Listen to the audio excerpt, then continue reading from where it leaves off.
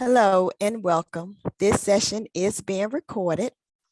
My name is Dr. Gloria Washington, and I will be your moderator for this ADEIL conference session. Thank you for joining us for the keynote presentation, Beyond COVID, Lessons Learned and the Path Forward. Please welcome Dr. Rena Palloff. Dr. Palloff is the program director of the Doctorate in Social Work program and Public Service Leadership at Capella University, as well as an adjunct faculty at Fielding Graduate University in the Educational Doctorate. She is a licensed clinical social worker in California and a licensed graduate social worker in Minnesota. Her clinical work has focused on youth and families impacted by addiction and also clinical supervision. She has consulted extensively in healthcare, academic settings, juvenile justice, and addiction treatment for well over 20 years, and has also taught in higher education for well over 20 years, predominantly online.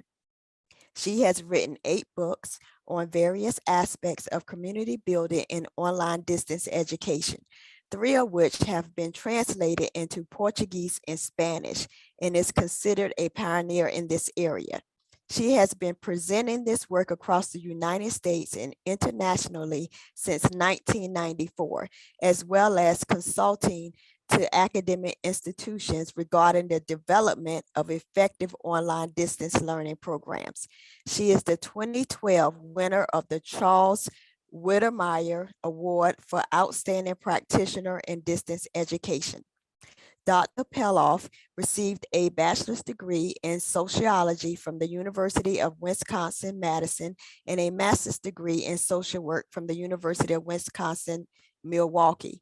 She holds a master's degree in organizational development and a PhD in human and education and organizational systems from Fielding Graduate Universities. I present to you Dr. Rena Palloff. Thank you so much, Gloria. And I see some applause going up the screen. Thank you. I'm very happy to be here and appreciate the invitation to speak to you today.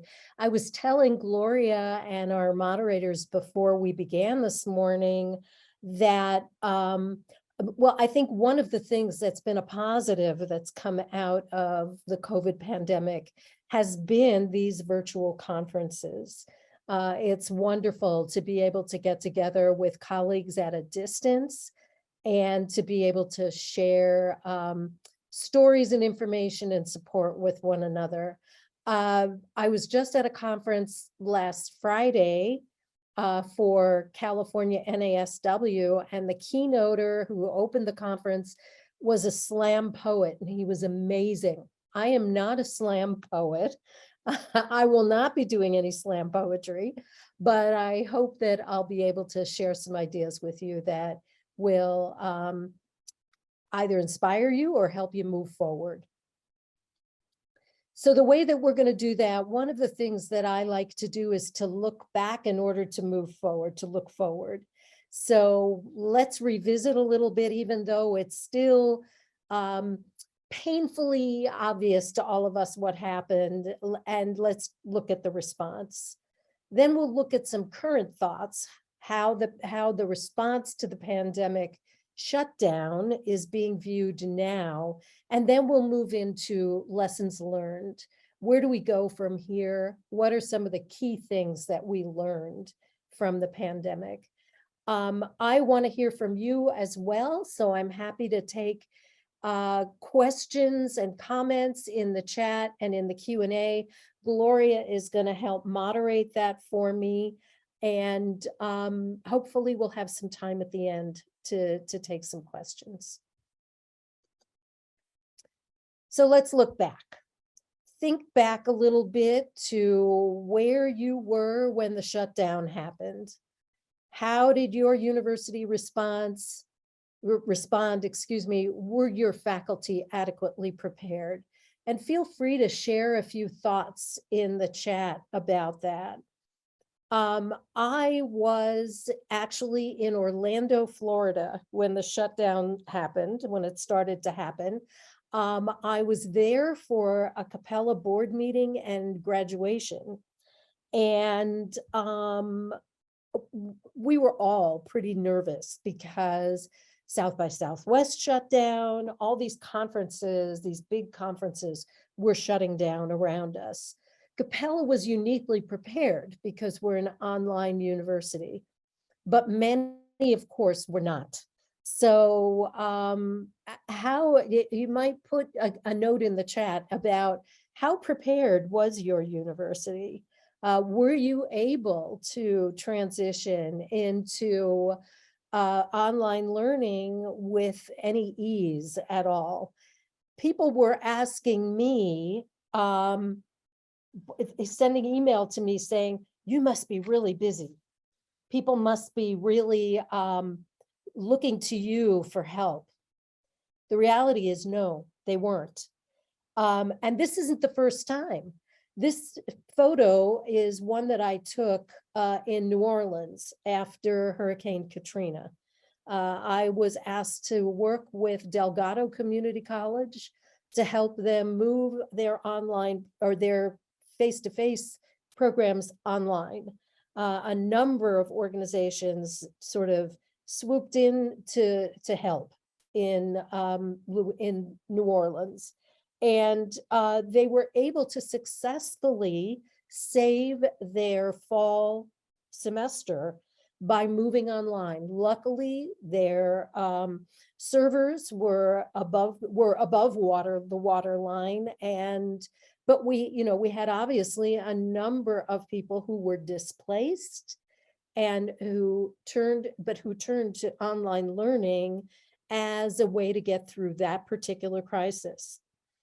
I remember seeing in our local newspaper in San Francisco, after I got back from there, a photo of a Delgado Community College student outdoors in San Francisco with a laptop working on her online class. So they were able to very quickly move from face-to-face classes to online classes, and were able to successfully hold a fall semester. So it can be done. Did we do it? We did it. Did we do it well? Not so much. And so some of the studies looking back at what happened when the shutdown occurred indicate that we really failed to build intentional on-ramps to virtual education. And we continue to remain unprepared to implement online learning when the need arises. One of the things that happened, as many of you well know, is that instead of using the online environment creatively, we ended up sort of falling back on what we know best, right? Which is lecture. And what we know about lecture is that they're a wonderful way to teach, but a terrible way to learn. And yet that was the main thing that happened in online learning during the time that the shutdown was occurring. So what we saw was some of the student responses to remote emergency learning. I fell asleep, I was playing an online game, I was chatting with friends on social media, I was watching TV.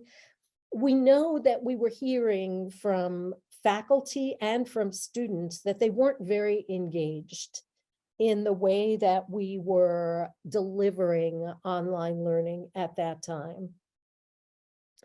And part of the problem is that people were not very well prepared going into this, had not necessarily been using online as part of their delivery of classes before the shutdown occurred.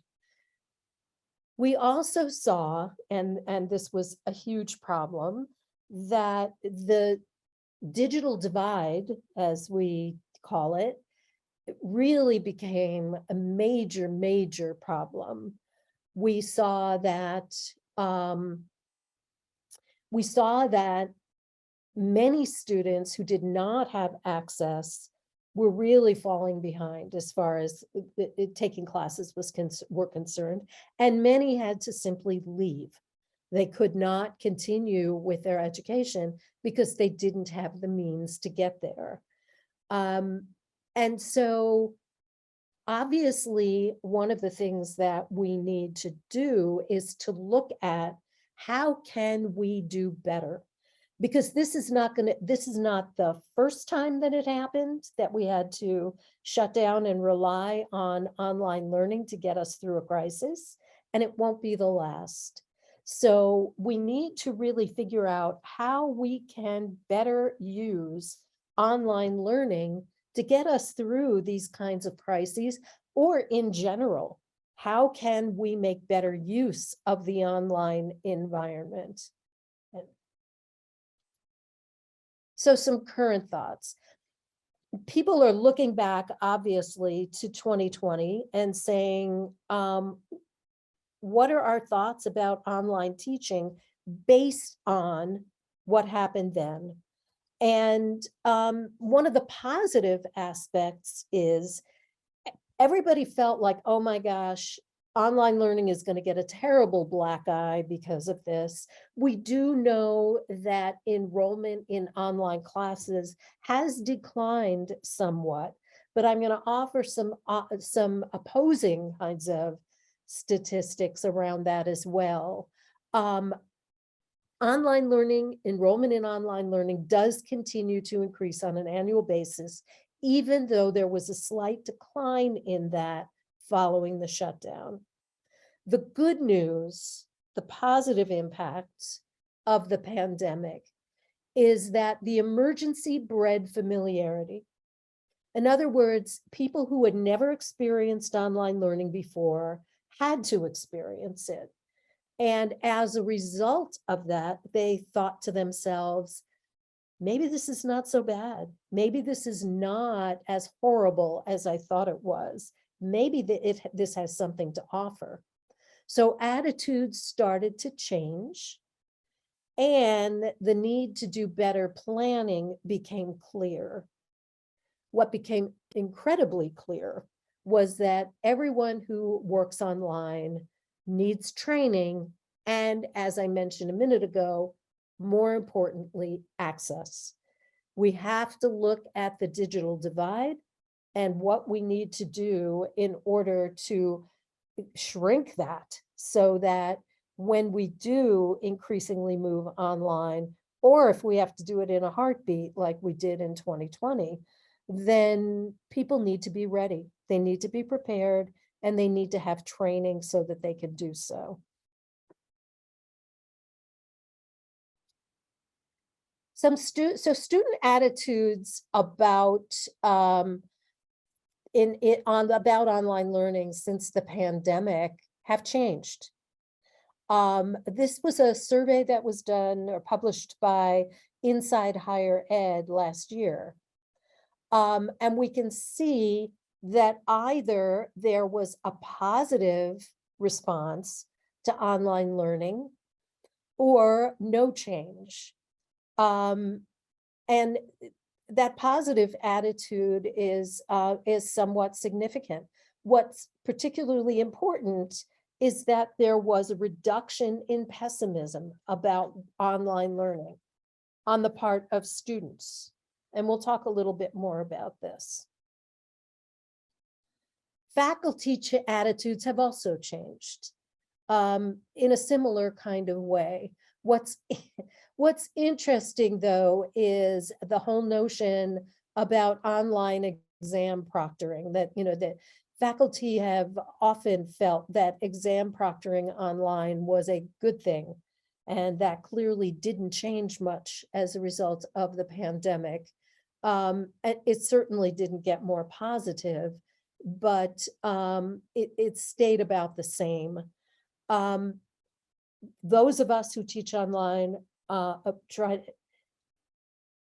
to avoid using proctored exams if we can, because we know how difficult it is to proctor.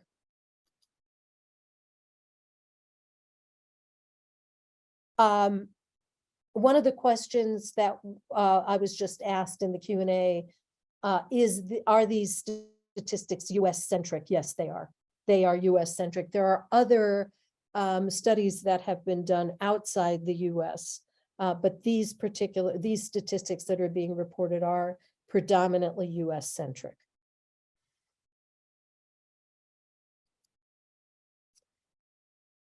One of the things that Inside Higher Ed reported just recently, very recently, in fact, I just picked this up on Friday, is the increase in traditional age learners who are enrolling in online courses.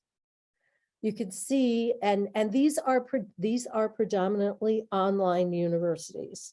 And this survey was done of predominantly online universities. So looking at traditional aged undergraduates and their enrollments in online courses and programs. What they discussed in this particular survey, in addition to looking at the increase in these numbers, is that they believe that the pandemic and the shutdown was a relatively positive experience for traditional undergrads, and that as a result, they are now looking to online education as a way of completing their undergraduate degrees, to a greater extent, obviously, than previously. Whether this is true in traditional online settings, these again are fully online universities, is yet to be seen. But we are seeing an increase in the number of undergraduate learners who are choosing a fully online university instead of a traditional face-to-face university. When asked why, learners said things like it was more convenient, they could live at home, they didn't have the extra expense, so they didn't have to commute to school. So we are seeing that there were some positive outcomes from the pandemic in terms of promoting the use of online learning.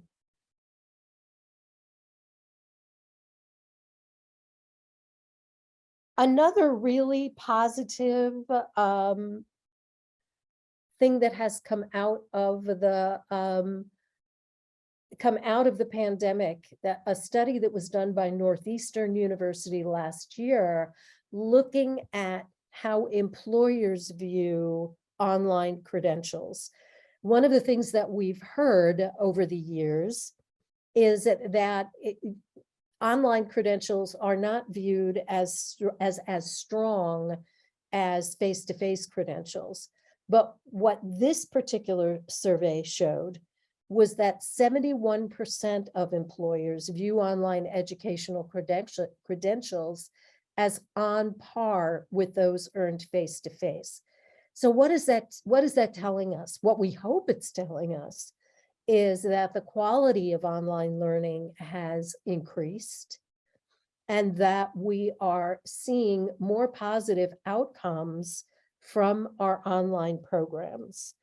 I've seen studies, I didn't include it in this particular presentation, but I've seen studies about the number of learners graduating from online programs who are able to pass licensure exams, for example, has increased or is on par with those who have earned their credential face-to-face.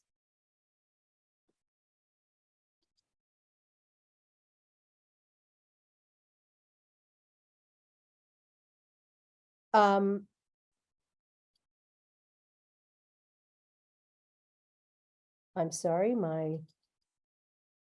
here we go. Let's go back. I missed something. Okay, so let's look to the future. Is this really our future?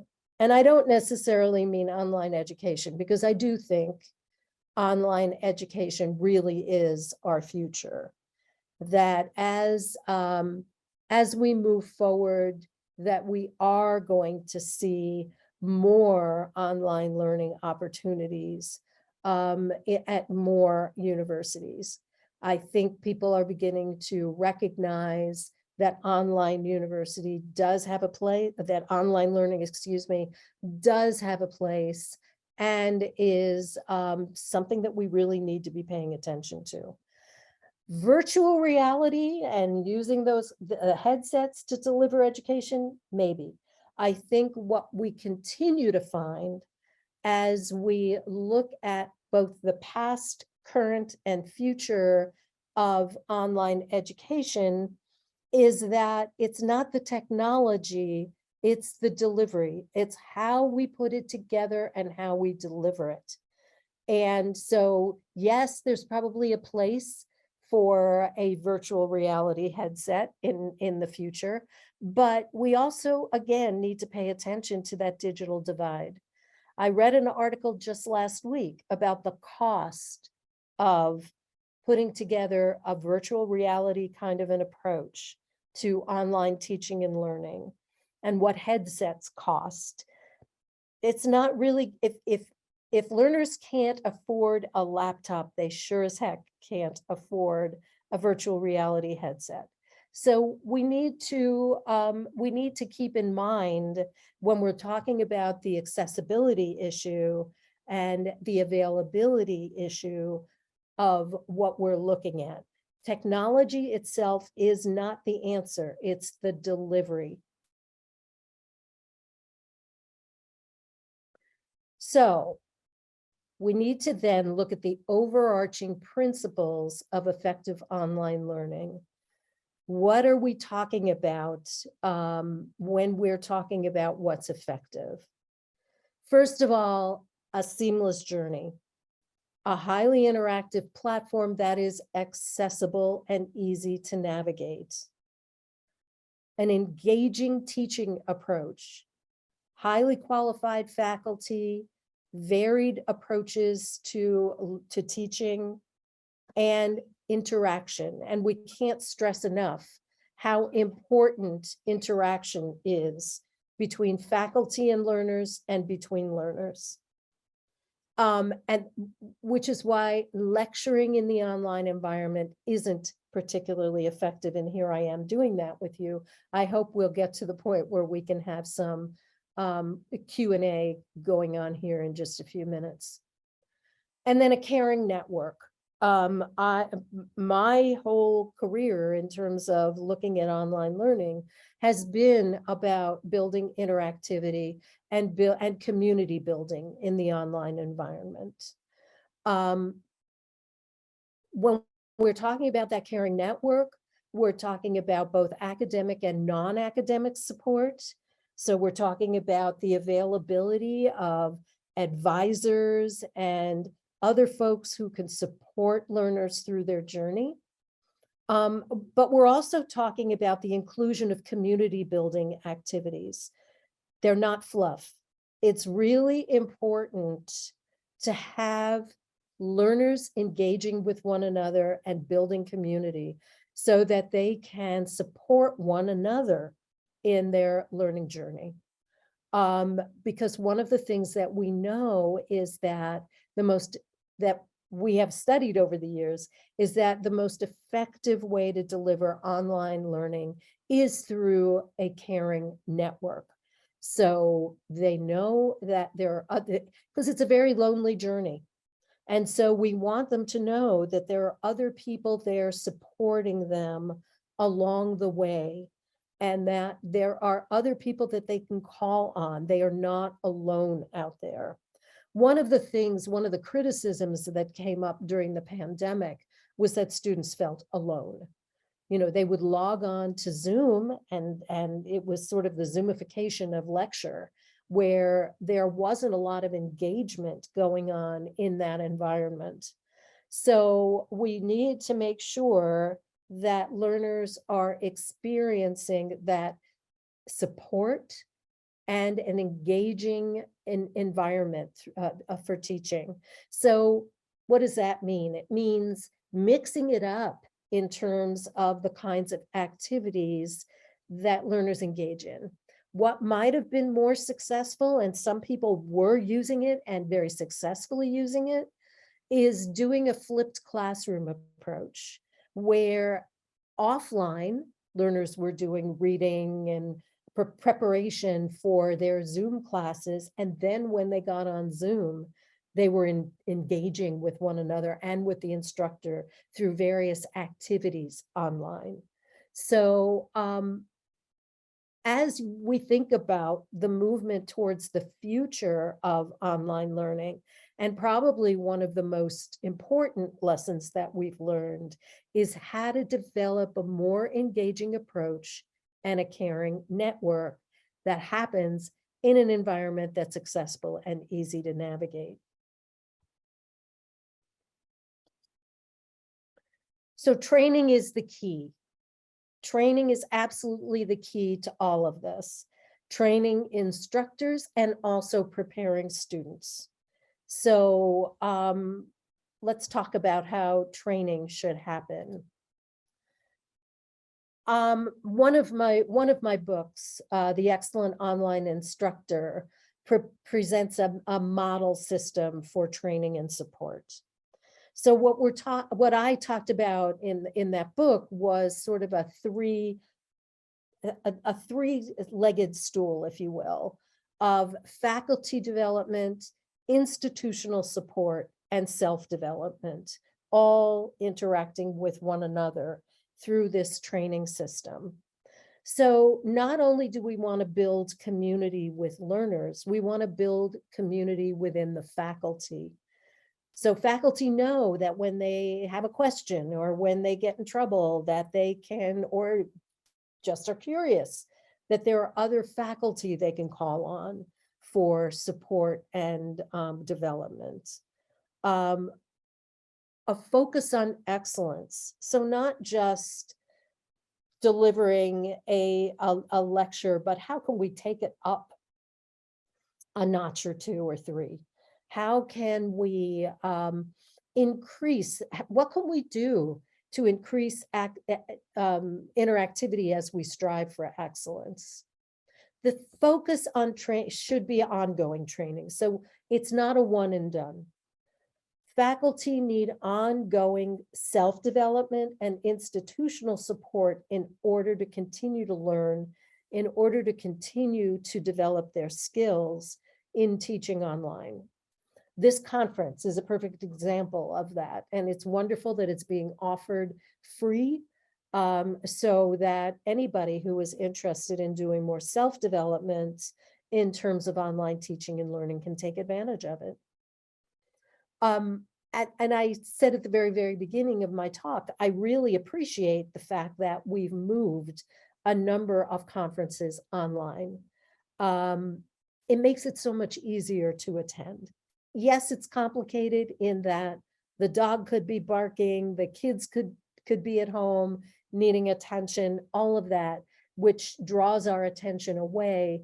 But with recording sessions, being able to revisit them. I know I attended the UPSIA conference earlier this summer online, and I have gone back to some of the recordings of the sessions from that conference often. We don't necessarily have that when we attend a conference in person. So the just-in-time aspect of online faculty development and the ability to review is really helpful. An inclusive planning process. We need to be asking faculty what they need. What do you need to be able to develop your skills so that you can be a better online instructor? What kinds of things are you looking for? What kind of support do you need? and including them in the planning so that we address faculty needs going forward. And then we also need to look at student satisfaction and performance. What do students say they need? And we need to pay attention to that. I think going back and thinking about the responses that students had to the pandemic shutdown, the emergency remote teaching, which was primarily lecture, they were bored.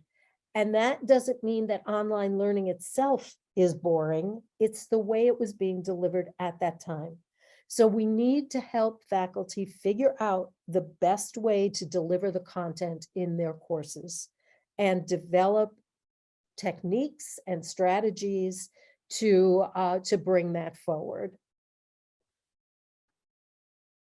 And then, of course, we need institutional support.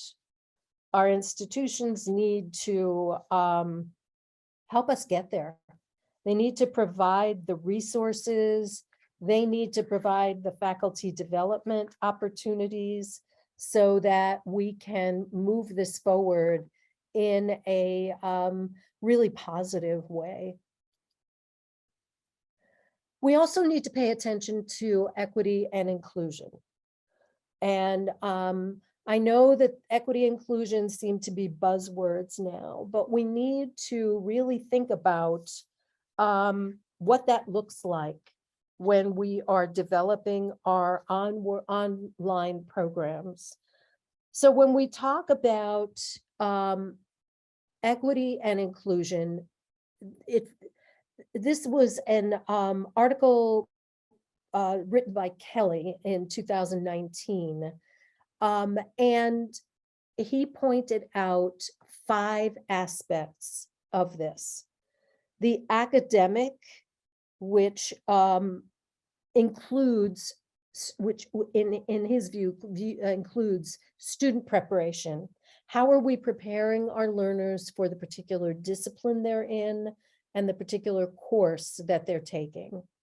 So there's the academic component of it, the pedagogical I've been talking about. How do we mix it up? How do we make it engaging so that everyone has an opportunity to be engaged in the online course or program? The psychological is obviously having a sense of belonging, feeling like they're part of a whole, feeling like they are included, that they are being heard and seen in the online environment. The technical, of course, is the accessibility issue, which is huge when we're talking about equity and inclusion. So are our technical systems such that our students are able to access them and to participate equally? And then there's the social, which is the community building aspect of things. How are our students being encouraged to engage with one another? How are they encouraged to engage with the university? Are there community building activities that occur on a larger scale? And so we need to be thinking about that as well, not just in our courses, although incorporating community building into our courses is important, but also at the next level, meaning at the university level. Several years ago, I was invited to Brazil by the Brazilian Distance Learning Association, and they showed me their platform that they had put together for their university, which was so impressive because they had multiple levels of community building going on in the online environment. And we need to pay attention to that. Some universities are doing a good job of it, but we need to really pay attention to creating larger community building activities at the university level. So what are you going to do to prepare for the future? How are you going to move into this future that needs to be more inclusive, equitable, not so focused on technology, but focused a whole lot on engaging our learners. And of course, I'm talking about our online future in particular. And I'd love for you to post some thoughts about that in the chat. I also have for you in this presentation, and I'll make sure that Gloria gets this. I do have the references that I used today. And I'd like to open it up for comments, questions, some chat kind of stuff. I do see I have one in the question and answer. Dr. Jean Swank, is the positivity focused on certain kinds of fields, technical versus more traditional college? I'm not sure. You're talking about the kinds of what online credentials are you referencing in that, Dr. Swank? And it looks like Gloria is typing an answer to that, so I'll hold off and go into the chat. Okay.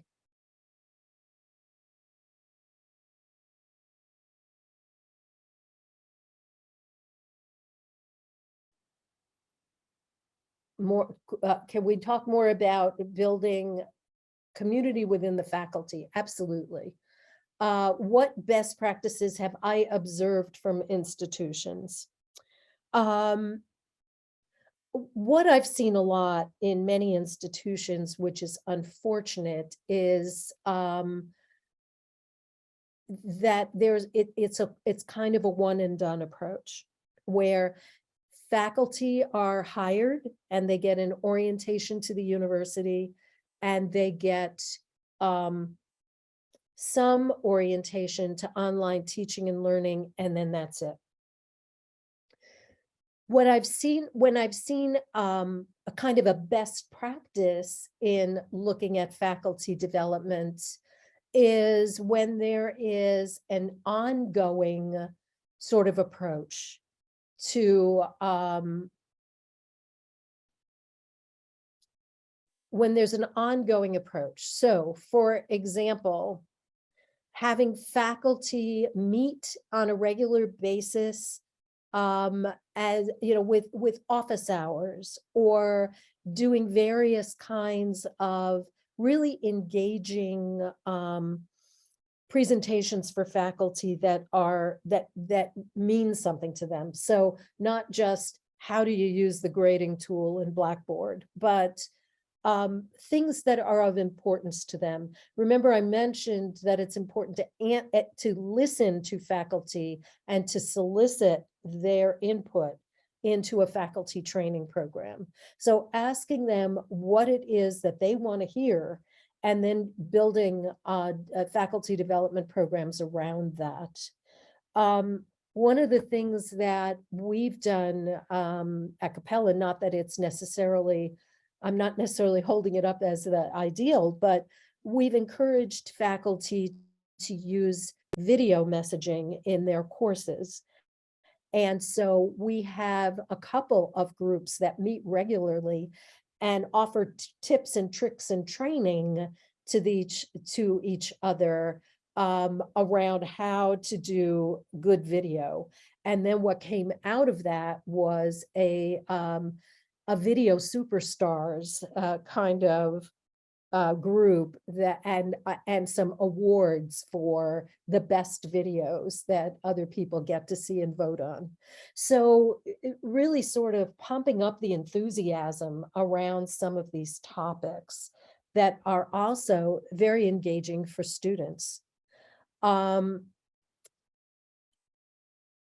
other kinds of the other things that I like to do, and that others of my colleagues like to do in terms of generating more enthusiasm around faculty development, is using faculty to train faculty, so that faculty are asked to put together some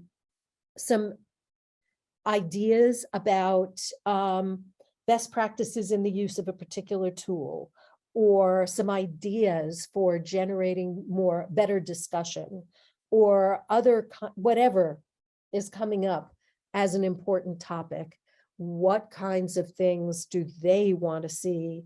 And they are also then training one another. And that seems to work really well. I'm looking through the chat, and I wish. Dr.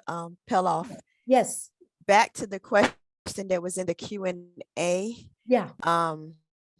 It was in regards to the slide where you was talking about the study from Northeastern. Okay. About how much positively about students who have earned online degrees. Yes, the employer one, the 71%. Believe so. Let's go back there and look. There we go. This is the one that we're talking about, huh? Okay, well, and what was the additional piece of the question? Is the positivity focused on certain kinds of fields? For example, technical versus, say, more traditional colleges? That's a great question. And it was more, these were more, it was more generic. It was not tied to any specific, like technical versus business versus nursing versus whatever. These were, it was more generic than that, not tied to a specific field. As I mentioned, one of the things that I have seen, and I wish I had pulled that particular statistic, is, for example, the number of online learners who are successfully receiving credentials in fields like nursing, where they are passing their licensure tests on par with people who had gained their education face-to-face.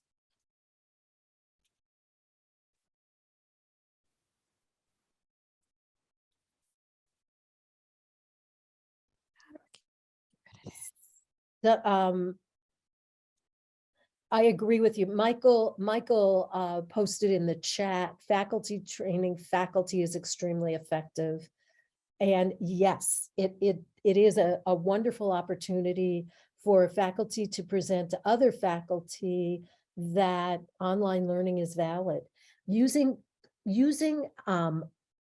faculty who are particularly successful in the online environment as coaches for other faculty is another way to integrate this, so that they have the opportunity to work with other faculty and to see what's going on.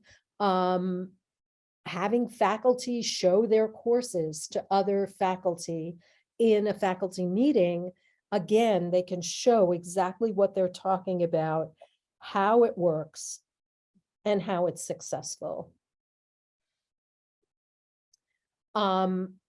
Nancy posted that, and she unfortunately had to leave, but Nancy posted that what she's been doing is to network, to get to know instructors and administrators in different departments, which is wonderful. It can cross departments. It doesn't have to be everybody only in your department. And it's a great way to sort of spread the wealth.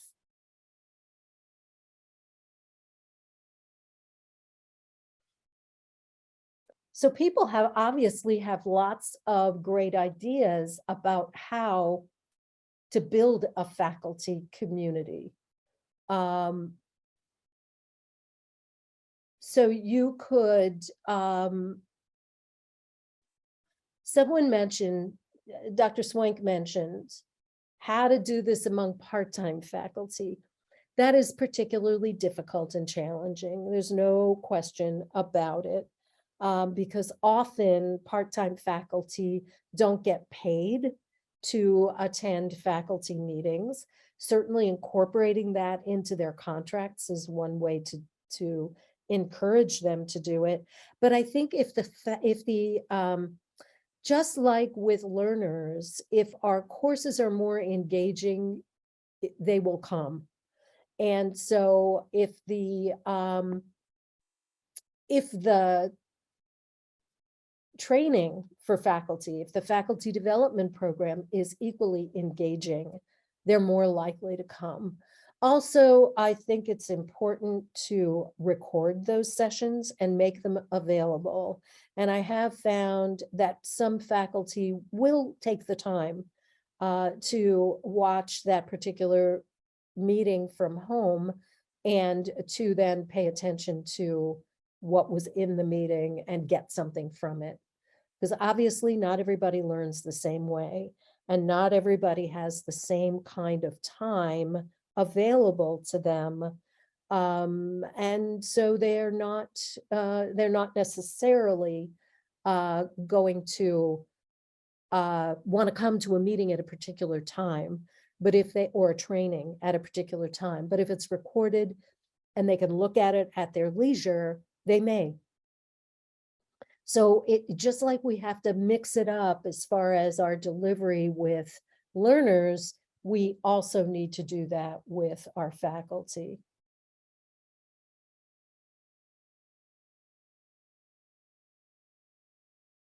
Interesting, Kim. I'm seeing your chat.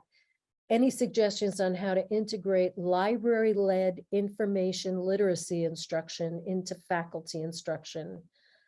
We just started a department librarian liaison program and are having mixed results. Kim, are the faculty just not engaging with the librarian around that? Oh, interesting. We had for a while, a program where we had a librarian kind of embedded in our earlier courses to try to help learners do a better job of information literacy, but also to support instructors. Again, I'm not sure what the results were of that were. I think it was mixed, but I think I'm sure you probably have already thought about this and have already done it, but having your librarian at faculty meetings to talk about the information literacy piece and to talk about how the instructors can work with the librarian, setting up office hours possibly so that the librarian can hold those office hours and talk about any of the issues and have faculty ask questions, and how the liaison program can work better. I think it's a process that you would have to build slowly and carefully over time in terms of having that librarian offering those suggestions.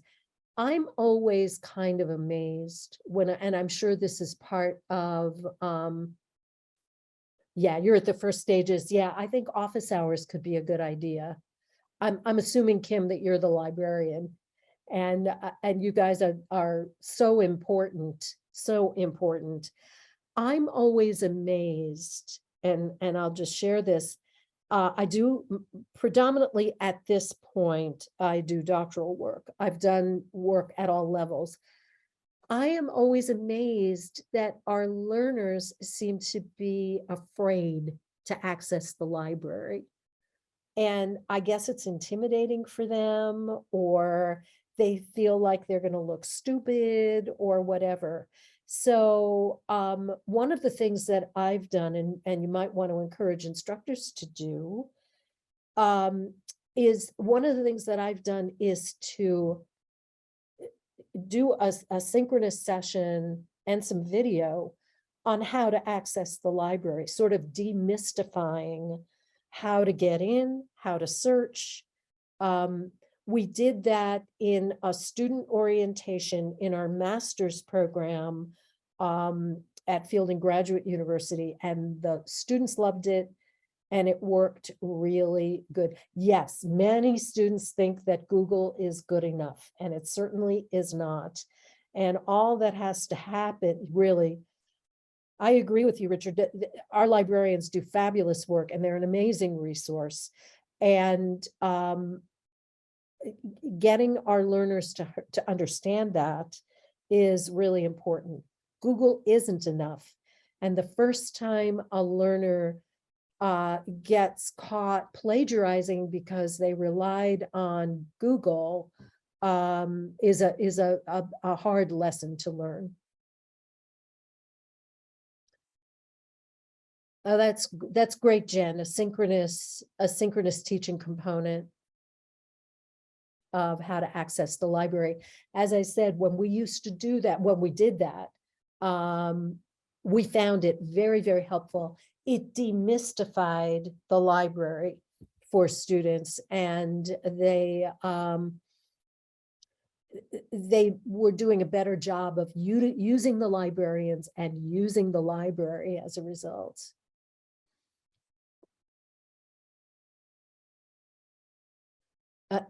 And I agree that this how-to is equally useful for staff as much as students. I 100% agree, because there are certainly a number of faculty who don't necessarily do a good job of using the library as well.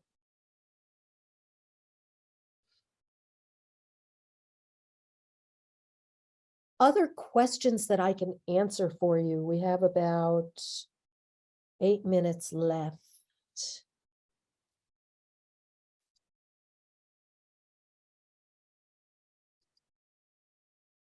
Gloria, anything that you're seeing that I haven't addressed in the chat that should be addressed? Oh, I'm running through now, and it looks like you addressed everything.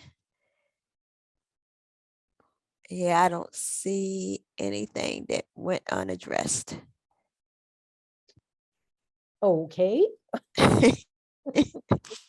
So while we are pausing for questions to be typed into the chat, I wanted to go ahead and thank our presenter for a wonderful, informative, useful presentation. I grabbed a lot. I took a lot of notes. Hopefully I can read my typing when I go back, but I tried to grab some notes real quickly. But thank you again so much, Dr. Rena Palloff, sorry. It's okay. And thank you for those who attended this session. I did grab a winner for the session, which I will announce later in the closing. And you will receive an email with the course evaluation link. And if you could please fill that out, and I'm going to go ahead and drop it into the chat area. And feel free, we have a few more minutes. Feel free to ask questions away. Thank you. I appreciate all the thank yous. I hope this was helpful. And if you have other questions or other comments, I welcome them. I want to go back to my thank you slide because I put my email in there. Both emails, my personal email and my Capella email. And I welcome questions from you after the presentation if things come up. It's part of community building, and we're building a community as well in this organization. And however I can be helpful, I would love to be.